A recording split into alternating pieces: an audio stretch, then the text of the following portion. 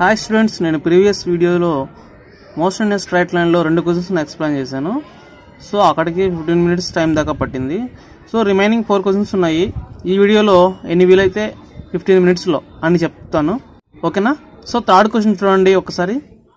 A particle moves in a straight line with uniform acceleration. Its velocity at a time t is equal to 0 is v1. So time t is equal to 0 దగ్గర velocity వచ్చి v1 అంట, and at a time t is equal to t దగ్గర v2 అంట.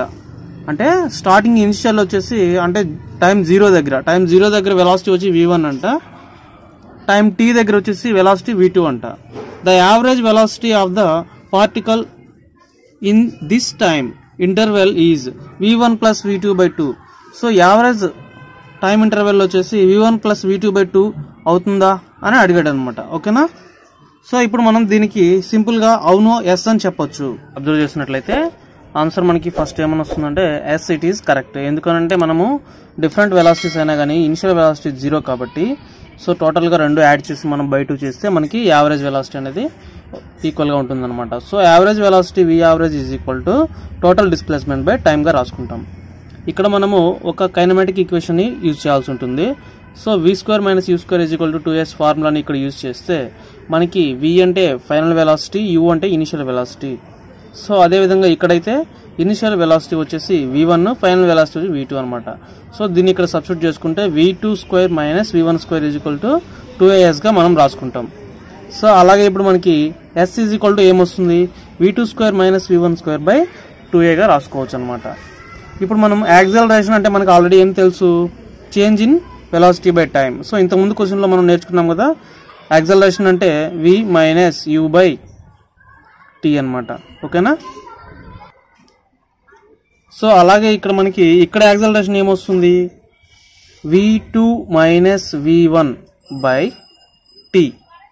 therefore that is equal to t is equal to v2 minus v1 by a, ఓకేనా? ఇది equation 3 గా రాసుకుందాం. So ఈ ఫస్ట్ది ఈక్వేషన్ 1, ఇది ఈక్వేషన్ 2, ఇది ఈక్వేషన్ 3. సో ఇక్కడ మనకి టీ వాల్యూ అనేది వచ్చింది కదా, దాన్ని ఇక్కడ మనం సబ్స్టిట్యూట్ చేసుకుంటాం అనమాట, ఓకేనా? రైట్, ఇప్పుడు మనం సబ్స్టిట్యూట్ చేద్దాం. v average is equal to v2² minus v1² by 2a. So ఇక్కడ మనకి v యావరేజ్ అంటే ఏంది, డిస్ప్లేస్మెంట్ బై టైం కదా. సో ఎస్ అంటే ఏంటి, వి యావరేజ్ అంటే ఎస్ ప్లస్లో ఇదంతా సబ్స్టిట్యూట్ చేసాము. సో అలాగే బై ఇక్కడ టీ అంటే ఏంది, v2 minus v1 by A. So దీన్ని మనం ఇక్కడ ఇండివిజువల్గా రాసుకుందాం. So v2² minus v1² by 2a. ఇక్కడ బైలో ఉన్నది రెసిప్రోకల్ అవుతుంది కాబట్టి a by v2 minus v1. So ఇక్కడ ఏ క్యాన్సిల్ పోతే మనకి remaining v2² minus v1² by 2 into v2 minus v1. So ఇది వచ్చిందనమాట. సో ఆ తర్వాత మనం ఏం చేయాలంటే ఇక్కడ a² మైనస్ b² ఫార్ములాని యూజ్ చేసుకుంటాం. సో అప్పుడు మనకి ఏమొస్తుంది, a² మైనస్ b² ఫార్ములా ప్రకారం a plus b into a minus b. అలాగే ఇక్కడ v2 plus v1, v2 minus v1 గా రాసుకుంటాం. సో కింద ఏముంది, 2 into v2 minus v1. So ఇక్కడ v2 మైనస్ v1, అలాగే పైన కూడా v2 మైనస్ v1 క్యాన్సిల్ అయిపోతాయి. ఆ తర్వాత మనకి రిమైనింగ్ మిగిలింది v2 plus v1 by 2. So ఇదన్నమాట. సో మనకి v average is equal to v1 plus v2 by 2 equal అవుతుంది అనమాట, ఓకేనా? సో ఇంతే. దీనికి కూడా మనకి 4 మార్క్స్ ఉంటాయి. సో మీరు నీట్గా నేర్చుకున్నారంటే 2 మినిట్స్లో కూడా చాలా ఈజీగా అర్థమైపోతుంది. ఓకే స్టూడెంట్స్, నెక్స్ట్ ఇంకో question. Okay students, next fourth question ఒక చిన్న ప్రాబ్లం టైప్లో ఉంటుంది. So a ball is dropped from the roof of a tall building and simultaneously another ball is thrown horizontally. So ఇక్కడ వీడు ఏమడుగుతున్నాడు అంటే ఒక బాల్ని ఒక బిల్డింగ్ పైన నుంచి డ్రాప్ చేశారు, అంటే వదిలేశారు అనమాట. సో అలాగే అదే బిల్డింగ్ పైన నుంచి ఇంకొక బాల్ని హారిజెంటల్గా త్రో చేశారు.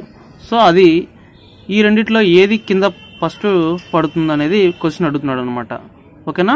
Horizontally thrown with the same velocity from the same roof, which ball lands first, explain in your answer.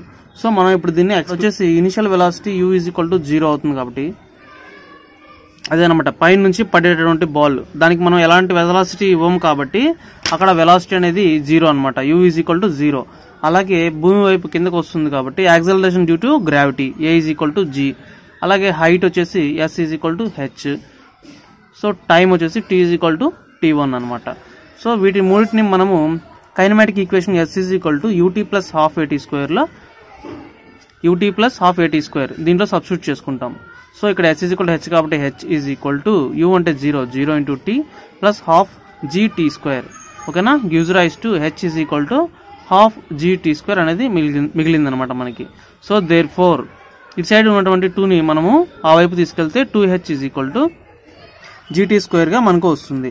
So దీని నుంచి మనము t1 square is equal to 2h/g గా రాసుకోవచ్చు. అలాగే t1 ఈజ్ ఈక్వల్ టు రాయమంటే ఇక్కడ ఉన్నటువంటి స్క్వేర్ కాస్త అటు వెళ్తే రూట్ అవుతుంది అనమాట. రూట్ ఆఫ్ 2h/g గా రాసుకుంటాం. సో ఇంతవరకు మనం బాక్స్ పెట్టుకుందాం, ఇది ఒక ఫార్ములా కాబట్టి. ఓకే స్టూడెంట్స్, ఇప్పుడు మనం హారిజెంటల్ గా త్రో చేసినటువంటి బాడీ గురించి అబ్జర్వ్ చేస్తే, సో మనం ఇప్పుడు కొంత హైట్ లో ఉన్నాము, అక్కడ నుంచి హారిజెంటల్ గా బాల్ ని త్రో చేసాము. అప్పుడు కూడా మనకి initial velocity u is equal to ఎంత ఉంటుంది అంటే 0నే ఉంటుంది. So initial velocity u is equal to 0, acceleration due to gravity, time వచ్చేసి t2, అలాగే హైట్ వచ్చేసి h అనమాట. సేమ్ అదే విధంగా kinematic equation s is equal to ut plus half at square లో సబ్స్టిట్యూట్ చేస్తే h is equal to 0 into t plus half gt2 square is equal to h is equal to half gt2 square. Therefore 2h is equal to gt2 square అనమాట. So అలాగే మనకి remaining t2 కనుక్కుంటే route of 2h/g గా వచ్చింది. So మనకి t1 t2 రెండు కూడా equal గా వచ్చాయి కాబట్టి t1 t2 is equal to root of 2h/g గా మనం చెప్పొచ్చు అనమాట. ఓకేనా, therefore both balls reach same time. ఓకేనా, సో అంటే రెండు బాల్స్ ఒకేసారి గ్రౌండ్ ని రీచ్ అవుతాయి.